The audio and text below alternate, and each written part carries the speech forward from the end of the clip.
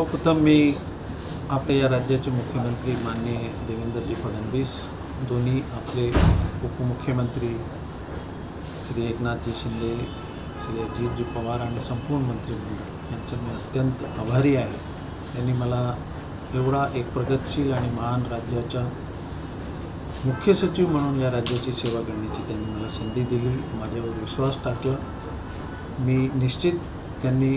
जे विश्वास माझ्यावर टाकलेला आहे त्याला मी सार्थ ठरवणार आणि या राज्याच्या प्रत्येक सेक्टरमध्ये हा महाराष्ट्र आधीच आपला खूप प्रगतिशील राज्य आहे। आपण अन्य राज्यांना बरेचसे सेक्टरमध्ये आपणच मार्ग दाखवत असतो, आपण बरेचशी नवीन गोष्टीची सुरुवात करतो, अशी आपल्या राज्याची ख्याती आहे। तेच लक्षात घेऊन आमचे सर्व सचिवांची टीम, सर्व विभाग, सर्व डिपार्टमेंट, कार्यालय यांच्यामध्ये समन्वय साधून आणि नवीन तंत्रज्ञान, नवीन काही इनोव्हेशन या सगळ्यांच्या माध्यमातून या लोकांच्या, या राज्याच्या लोकांचे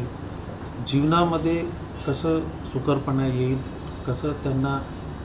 जी काही सेवा या सरकारच्या माध्यमातून किंवा महाराष्ट्र शासनाच्या वतीने मिळते ते आणखी सुलभरित्या त्यांना कसं मिळतील, या राज्याच्या पायाभूत सुविधापासून सर्व सेक्टरचा कसं विकास होईल आणि आपले माननीय पंतप्रधान, माननीय मुख्यमंत्री हे 2047च्या विकसित महाराष्ट्राचे जे स्वप्न पाहत आहे आणि त्यांनी